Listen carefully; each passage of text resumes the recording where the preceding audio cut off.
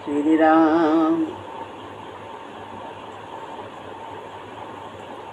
गुरुर्ब्रह्मा गुरुर्विष्णु गुरुर्देव महेश्वरा, गुरु साक्षात् परब्रह्म तस्मै श्री गुरुवे नमः।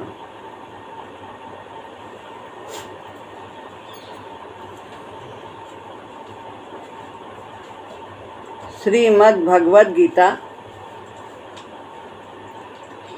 अध्याय 9 श्लोक है 12वां।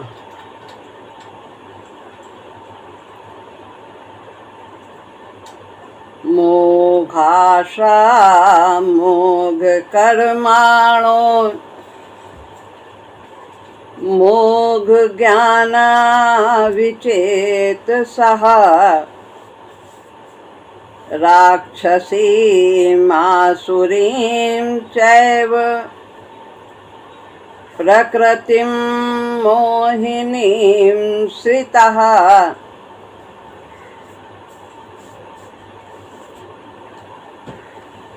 इस श्लोक में भगवान अपनी अवज्ञा का फल बताते हैं। बताया था कि जो मेरे प्रभाव को नहीं जानते हैं वो मेरी अवज्ञा करते हैं। पिछले श्लोक में ऐसा बताया, और अब उस अवज्ञा का फल बताते हैं, परिणाम क्या होता है।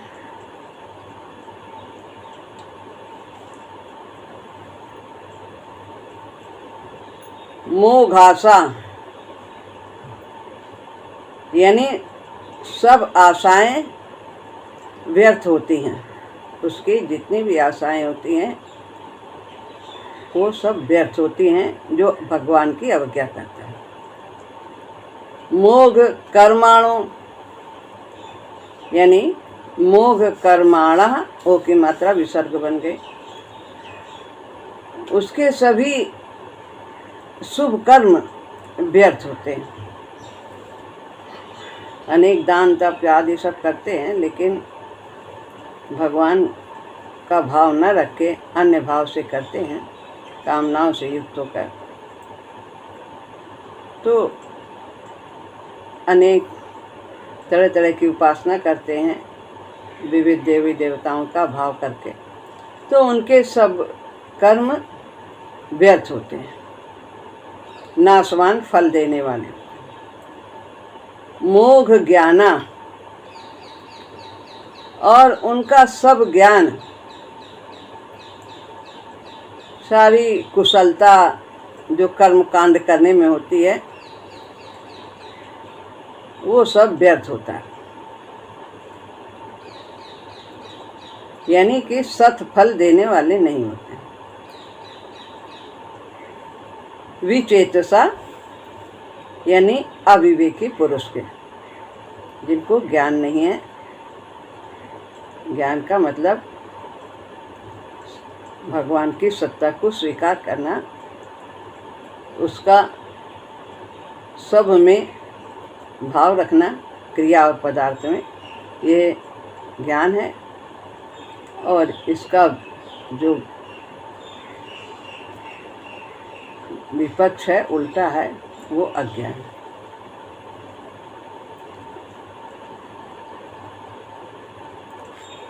राक्षसी, राक्षसीम, फिर आसुरीम, माँ की बिंदी सा पे और फिर आसुरीम। तो राक्षसी और आसुरी, जो राक्षसी और आसुरी, चा माने और, एव माने ही, प्रकृति यानी प्रकृति का है, स्वभाव का ही, वे राक्षसी, जो ऐसे व्यक्ति हैं वो राक्षसी और आसुरी प्रकृति का आश्रय लेते हैं। और मोहिनी भी, जो राक्षसी, आसुरी और मोहिनी यानी मोहिनी प्रकृति का आश्रय लेते हैं, ऐसे अविवेकी मनुष्यों की सब आशाएं, सब कर्म और सब ज्ञान व्यर्थ होते हैं। अर्थ पढ़ते हैं। जो आसुरी, राक्षसी और मोहिनी प्रकृति का ही आश्रय लेते हैं, ऐसे अविवेकी मनुष्य इनकी सभी आशाएं व्यर्थ होती हैं, इनके सभी कर्म व्यर्थ होते हैं और इनका सभी ज्ञान व्यर्थ होता है। अर्थात उनकी आशाएं, कर्म और ज्ञान सब असत फल देने वाले होते हैं, यानी सत फल देने वाले नहीं।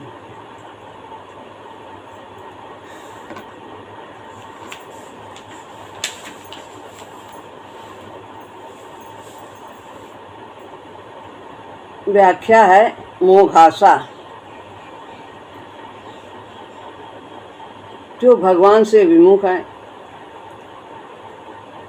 जिनके अंदर सांसारिक कामना की प्रबलता है,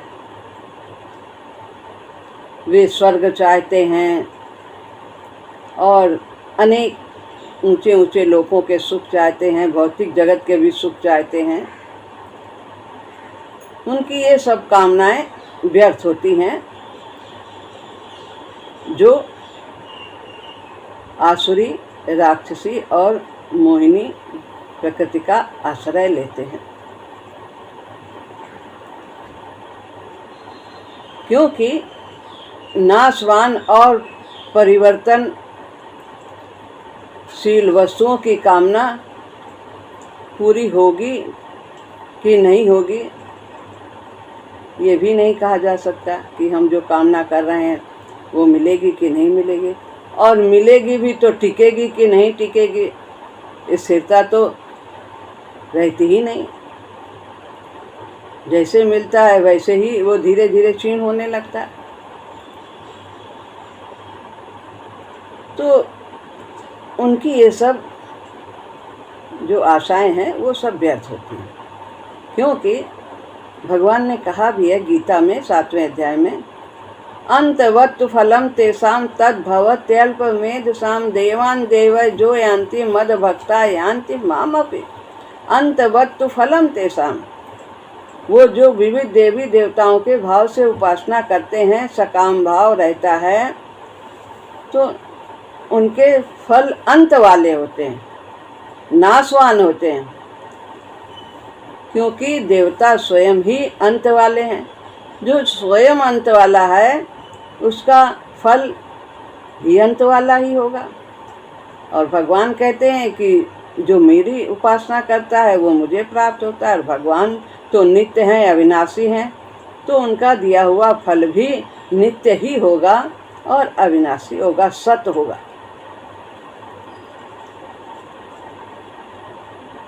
मोघ कर्माणा, अब उनकी आशाएं सब व्यर्थ होती है और उनके कर्म भी व्यर्थ होते हैं सब।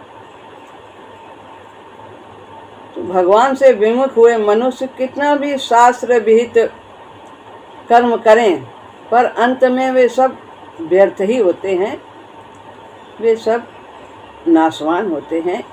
यही भौतिक जगत के ही रहते हैं। भौतिक जगत ये मृत्यु लोक है, और जितने भी ऊंचे लोक हैं, ब्रह्मा तक के लोग, वे सब भौतिक जगत ही कहे जाते हैं।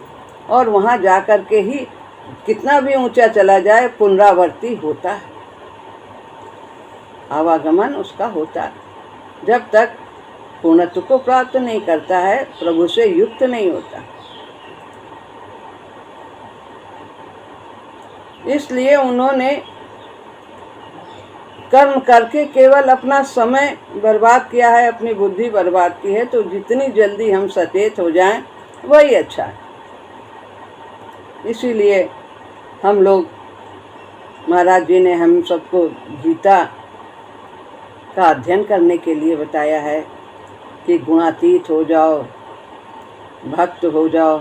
ये लक्षण भक्त के अपने अंदर प्रकट करो, स्थिर बुद्धि करो, क्या किस लिए आए हो, क्या कर रहे हो। तो ये सब सुन करके हमारे अंदर जागृति उत्पन्न होती है, बोध उत्पन्न होता है।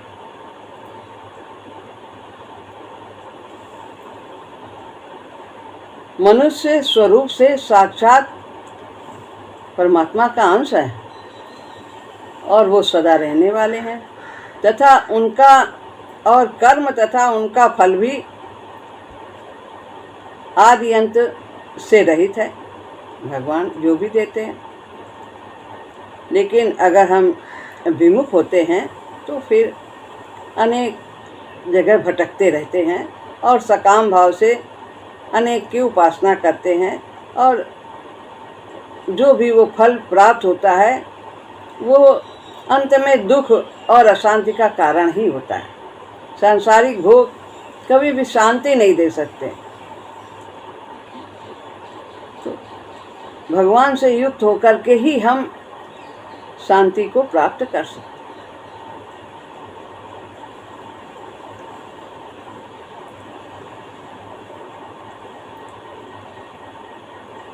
वे ही कर्म व्यर्थ होते हैं जो सकाम भाव से होते हैं, अर्थात सत्फल देने वाले नहीं होते हैं, परंतु जो कर्म भगवान के लिए और भगवान की प्रसन्नता के लिए यानी भगवान को अर्पित करके किए जाते हैं। पत्रम पुष्पम फलम तो यो में भक्ता प्रयच्छति तदाहम भक्तियो प्रयतम अस्नामि प्रयतात्मना।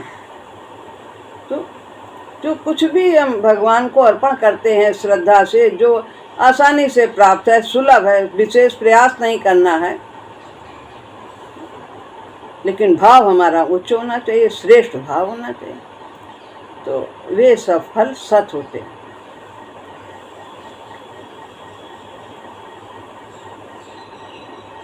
भगवान ने कहा है कि जिनकी मेरे में श्रद्धा नहीं है, अर्थात जो मेरे से विमुख हैं, उनके द्वारा किए गए यज्ञ दान तप आदि सभी कर्म असत होते हैं। ऐसा 17वें अध्याय में भी कहा। वे मेरी प्राप्ति कराने वाले नहीं होते हैं। उन कर्मों का इस जन्म में और मरने के बाद भी स्थायी फल नहीं होता। जो कुछ मिलता है वो विनाशी होता है, इसलिए उनके कर्म परिश्रम व्यर्थ ही जाते हैं। अब कहते हैं मोघ ज्ञाना, और उनका ज्ञान भी व्यर्थ होता है। भगवान से विमुख होकर कितना भी कुछ सीख लिया जाए, कितनी भी भाषाओं का ज्ञान कर लिया जाए, पंडित्य प्राप्त कर लिया जाए, पांडित्य कितना भी आविष्कार कर लें, तो वो सब इसी जन्म का रहेगा। इससे मनुष्य का कल्याण नहीं होगा। इसका मतलब ये नहीं कि हम ये सब करें नहीं, आविष्कार ना करें, नहीं, किस लिए करें? संसार के कल्याण के लिए, अहंकार से भरकर नहीं करें। यदि प्रभु ने बुद्धि दी है तो हम उसको संसार के हित में लगाएं, भगवान की सेवा में लगाइए। भगवान की सेवा है, प्रभु की सेवा।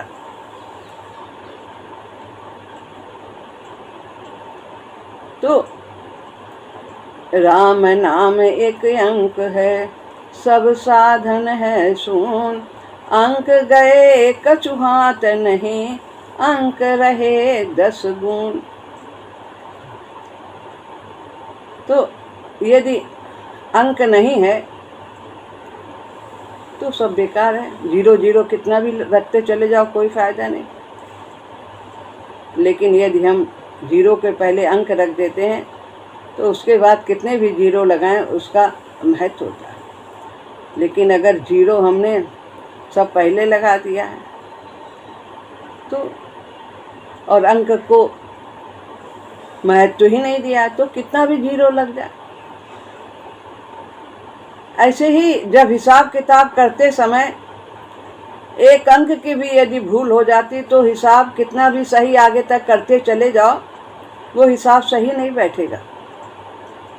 तो सबसे बड़ी भूल यही है मनुष्य की कि वो परमात्मा से विमुख हो जाता है। भगवान से युक्त रहना चाहिए। विचेतसा, उनको सार असार, नित्य अनित्य, लाभ हानि, कर्तव्य मुक्ति बंधन आदि बातों का ज्ञान ही नहीं होता है कि क्या सार है संसार में, क्या आसार है, क्या करना चाहिए, क्या नहीं करना चाहिए, किस प्रकार से कार्य करने से बंधन होता है और किस प्रकार से कार्य करने से मुक्ति हो जाती है। काम तो सभी करने, लेकिन किस प्रकार से कर्म को किया जाए, कर्म योग किया जाए, भगवान से जुड़ करके किया जाए। परिश्रम उतना ही लगेगा, लेकिन वे सारे कर्म सार्थक हो जाएंगे। लेकिन वो विचेत सा हैं, उनको ये ज्ञान नहीं होता है और वे आसुरी, राक्षसी और मोहिनी प्रकृति के वश में रहते हैं। कहते राक्षसी मासुरीम चैव प्रकृतिम मोहिनीम श्रिता। जो मनुष्य अपना स्वार्थ सिद्ध करने में, अपनी कामना की पूर्ति करने में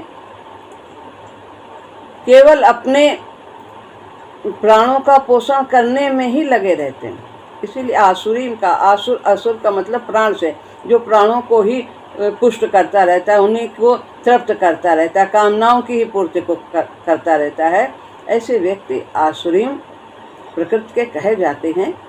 तो दूसरों को हमारे कारण से कितना दुख हो रहा है, कितना नुकसान हो रहा है, इसकी वे परवाह ही नहीं करते। ऐसे आसुरी स्वभाव के लोग कहे जाते हैं। और आसुरी है तो फिर राक्षसी और मोहिनी हो ही जाएगा। जिनके स्वार्थ में, कामना पूर्ति में यदि बाधा लग जाती है और उनको गुस्सा आता है और गुस्से में आकर वे अपना स्वार्थ सिद्ध करने के लिए दूसरों का नुकसान कर देते हैं और कितना उनको कष्ट पहुंच जाए, कितना उनकी हानि हो जाए, वो यही चाहते हैं। तो ऐसे लोग राक्षसी प्रकृति के होते हैं कि उनके काल में बाधा पहुंचने पर दूसरों का पूर्णतया विनाश करने पर तुल जाते हैं।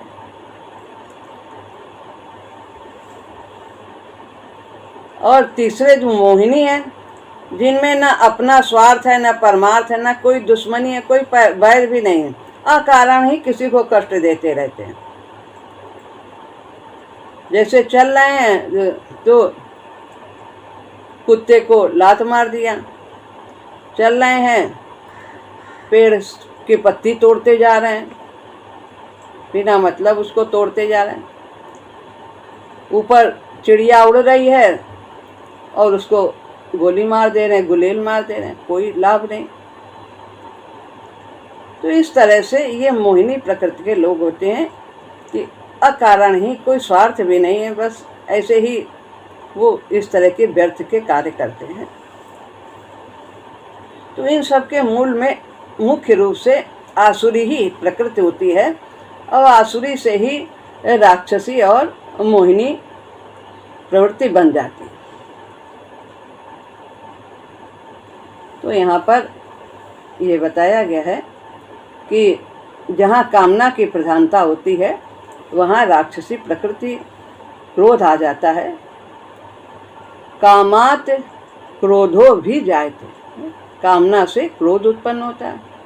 और क्रोधादि भवति सम्मोह, और क्रोध से सम्मोहित हो जाता, मोह उत्पन्न होता है, अज्ञानता आ जाती, मूर्खता आ जाती। तो इस प्रकार यहाँ पर जो भगवान की अवज्ञा करते हैं, भगवान के सम्मुख नहीं होते हैं, विमुख होते हैं, यह बताया भगवान ने कि उनके सभी कर्म व्यर्थ होते हैं, उनकी सभी आशाएं व्यर्थ होती हैं और उनका सभी ज्ञान व्यर्थ होता है, वो सत्फल देने वाला नहीं। अब यहाँ पर 13वां श्लोक लेते हैं, जिसमें जो भगवान के प्रभाव को जानता है वो भगवान का भजन करता है। यहाँ पर ये बताया, भगवान कहते हैं कि महात्मानस्तु मां पार्थ दैवीं प्रकृतिमाश्रितः भजन्त्यनन्यमनसो ज्ञात्वा भूतादिमव्ययम्। ये 13वां श्लोक है। इसमें भगवान कहते हैं परंतु, तू माने परंतु, महात महात्मानस्तु, तू माने परंतु, परंतु अब ये यहाँ पर महात्माओं का, भक्तों का वर्णन करते हैं जो भगवान के प्रभाव को जानते हैं। तो महात्माना, ना के बाद सा है तो विसर्ग बन गया, फिर तू आ गया, तू माने परंतु। महात्मा लोग, परंतु महात्मा लोग, माम माने मुझे, पार्थ है पार्थ, दैवीम जो दैवी प्रकृति के, दैवीम प्रकृतिम आश्रिता, जो दैवी प्रकृति के आश्रित हैं। भजन्त्य तो वो भजंती हो गया, ता और या आधा, भजंती अनन्य मनसो, यानी भजंती मेरा भजन करते हैं, कैसे? अनन्य मनसा, अनन्य भाव से। जो अनन्य मन वाले हैं, जिनका मन कहीं और नहीं जाता है मुझे छोड़कर, ज्ञात्वा समझकर, भूत आदि क्या समझ करके? भूत आदि मव्ययम, यानी संपूर्ण प्राणियों का आदि और अव्यय, भूत आदि अव्ययम, भूत माने संपूर्ण प्राणियों का आदि और फिर आदिम अव्ययम, जो संपूर्ण प्राणियों का आदि और अव्यय समझ करके वे मेरा भजन करते पढ़ते हैं अर्थ। परंतु हे प्रथानंदन, दैवीम प्रकृति के आश्रित, वो आसुरी प्रकृति के आश्रित है, अब ये देवी प्रकृति के आश्रित अनन्य मन वाले महात्मा लोग मुझे संपूर्ण प्राणियों का आदि और अविनाशी समझकर मेरा भजन करते हैं।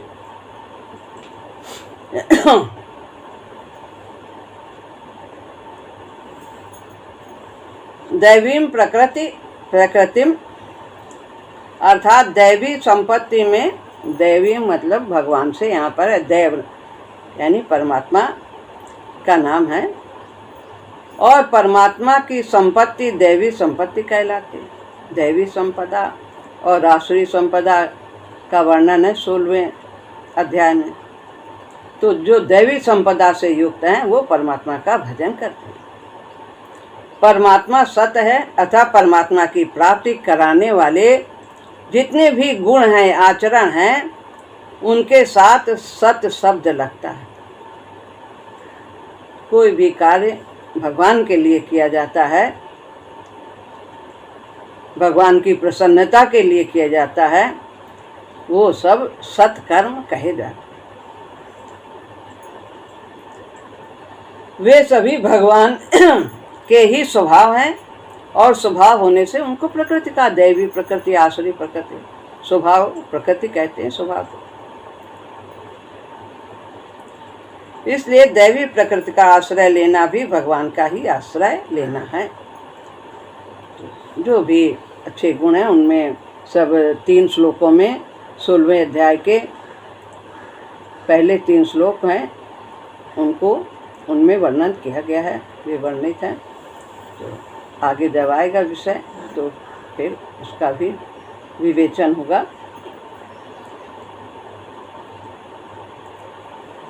दैवी संपत्ति के जितने भी गुण हैं वे सभी सामान्य गुण हैं और स्वतः सिद्ध हैं, कोई बड़ी बात नहीं है, और वो सबके अंदर विद्यमान है, क्योंकि हम भगवान के अंश हैं। हमारे अंदर भगवान के सारे गुण हैं, पर हमें उन्हें प्रकट करना है, उनको खोजना है, उनका आविष्कार नहीं करना।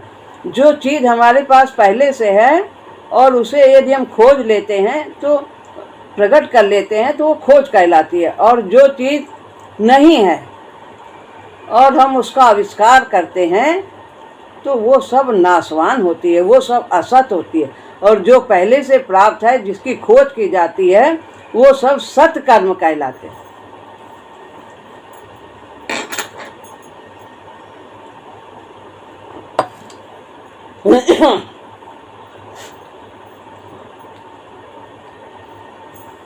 इन गुणों को पुरुषार्थ के द्वारा उपार्जित करना है, पुरुषार्थ करना है, प्रकट हो जाएंगे।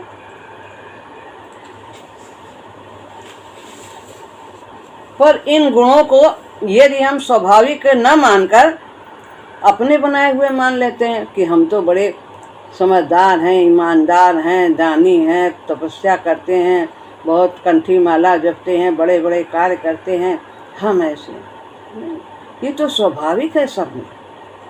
यदि हम इन्हें अपना मान लेते हैं, हमने ऐसा किया है, तो फिर इसमें अभिमान आ जाता है। तो ये अभिमान एक दोष हो जाता है। ये अभिमान ही वास्तव में प्राणी की व्यक्तिगत उपज है, गुण नहीं उपज है। लेकिन अभिमान जो हम कर लेते हैं, इन गुणों का थोड़ा सा भी हमारे अंदर होता है, तो जब अभिमान आता है तो ये हमें नहीं करना चाहिए। यद यद विभूति मत सत्वम श्रीमदूर्जित मेव। तो जितना भी शक्ति है, ऐश्वर्य है, तेज है, सौंदर्य है, सब परमात्मा का। जब मनुष्य दैवी गुणों को अपने बल के द्वारा उपार्जित मानता है कि मैं तो सत्य बोलता हूँ, तो जब उसे ये भाव मैं सत्य बोलता हूँ, जिसका मतलब है कि अभी असत्य भी है उसके अंदर कहीं, तभी उसे ये बोध हो रहा है कि मैं सत्य बोलता हूँ। नहीं, जहाँ सत्य है वहाँ असत्य का भाव होगा नहीं, दूसरा कुछ होगा ही नहीं। जहाँ केवल परमात्मा ही परमात्मा है, वहाँ संसार का भाव होगा ही नहीं।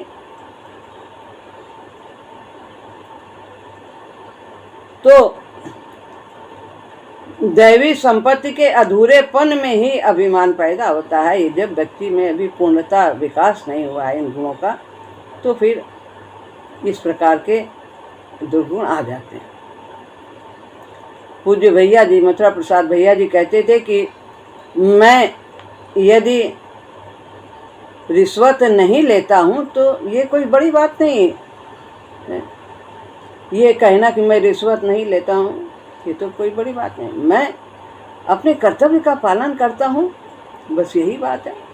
जब ये मैं रिश्वत लूँ तब कहने की बात है कि मैं रिश्वत लेता हूँ, यानी इसको कहने की आवश्यकता ही नहीं कि मैं रिश्वत नहीं लेता हूँ। तो ये भाव आना ही नहीं चाहिए कि मैं ऐसा हूँ, मैं ऐसे कार्य करता हूँ। जो कर्तव्य है उसे सत्यता से निभाना चाहिए। उसमें कौन सी बड़ाई है कि मैं अपने इस प्रकार का कार्य करता हूँ, मैं सत्यवादी हूँ, तो इसको कहने की क्या आवश्यकता है। आत्मा तो सत्य है। मनुष्य में दैवी संपत्ति तभी प्रकट होती है जब उसका उद्देश्य केवल भगवत प्राप्ति का होता है। जब हमारा ये उद्देश्य होगा तो स्वतः ही हमारे अंदर से भगवान के गुण प्रकट होते चले जाएंगे जो पहले से हैं।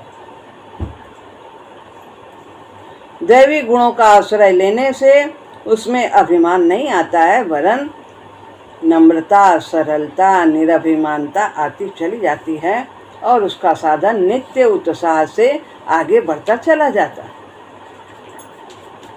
भजन्ते नन्य मनसो, और ऐसा महात्मा क्या है, अनन्य भाव से यह जानकर कि भगवान को कि वह सभी भूत प्राणियों के आदि और अविनाशी हैं, सभी की उत्पत्ति उन्हीं से हुई है, उन्हीं में स्थित है, उन्हीं में लय है। इस प्रकार का बोध उसके अंदर रहता है और वो भगवान का अनन्य भाव से चिंतन करता है। अनन्य चेता सततम यो माम स्मृति नित्य सा तस्याहम सुलभा पार्थ नित्य युक्तस्य योगिना। बहुत उनके लिए सुलभ हो जाता हूँ जो अनन्य भाव से मेरा स्मरण करते हैं सदैव निरंतर, दुख में सुख में, सुबह उठते ही रात तक।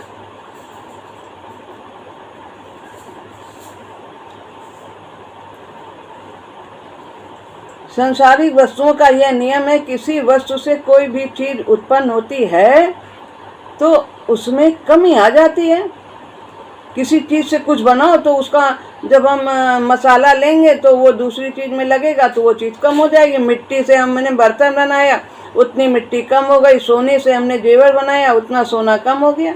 लेकिन भगवान कैसे हैं, कितना ब्रह्मांड का निर्माण करते हैं, उनमें तनिक भी किंचित भी कमी नहीं आती, कितने अपना त्याग करते हैं अपने अंश का, लेकिन वे ज्यों के त्यों रहते। आदि हैं, सभी को उत्पन्न करने वाले, उनसे पहले कोई नहीं, संसार नहीं था, वही परमात्मा थे, उन्होंने ही सबको उत्पन्न किया। और सब संसार लीन भी हो जाएगा तो भी वे सदैव रहेंगे, महाप्रलय में भी वो सदैव रहेंगे। जो जिसके महत्व को अधिक जानता है वो उतना ही उसमें लग जाता है। जिन्होंने भगवान को सर्वोपरि जान लिया है वे भगवान में लग जाते हैं और वे अनन्य मन हो जाते हैं।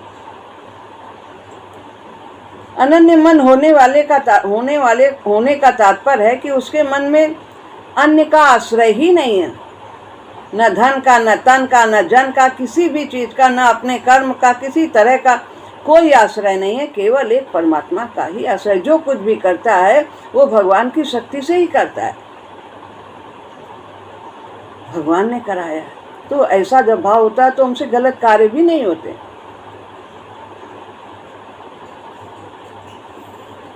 भगवान का भजन किसी तरह से भी किया जाए उसमें लाभ ही होता है, परंतु भगवान के साथ जब अनन्य होकर मैं भगवान का हूँ और भगवान मेरे हैं ऐसा संबंध जोड़कर भजन किया जाता है तो उसका बहुत लाभ होता है। तो इससे हमारे सांसारिक जो संबंध हमने मान रखे हैं वो स्वतः ही ढीले होते चले जाते हैं। अपने आप को भगवान के चरणों में अर्पित करके शरीर, इंद्रिया, मन, बुद्धि से कुछ भी शारीरिक, व्यवहारिक, लौकिक, वैदिक, परमार्थिक कार्य जो भी वो करता है वो सब भगवान का पूजन हो जाता है। प्रत्येक कर्तव्य कर्म भगवान के लिए होते हैं। इस प्रकार से वो अपना निर्वाह करता है और अपने जीवन को सफल करता है। यही अनन्य मन से भजन करना है। इस प्रकार अनन्यास चिंतयन्तो माम ये जना पर्युपासते तेषां नित्याभियुक्तानां योगक्षेमं वहाम्यहम्।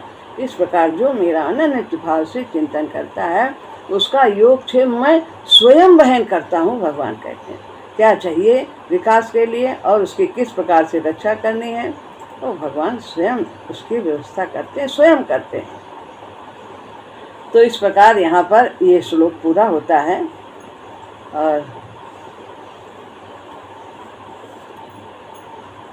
तो आगे हम अगला श्लोक अगले सत्र में करेंगे। श्री राम।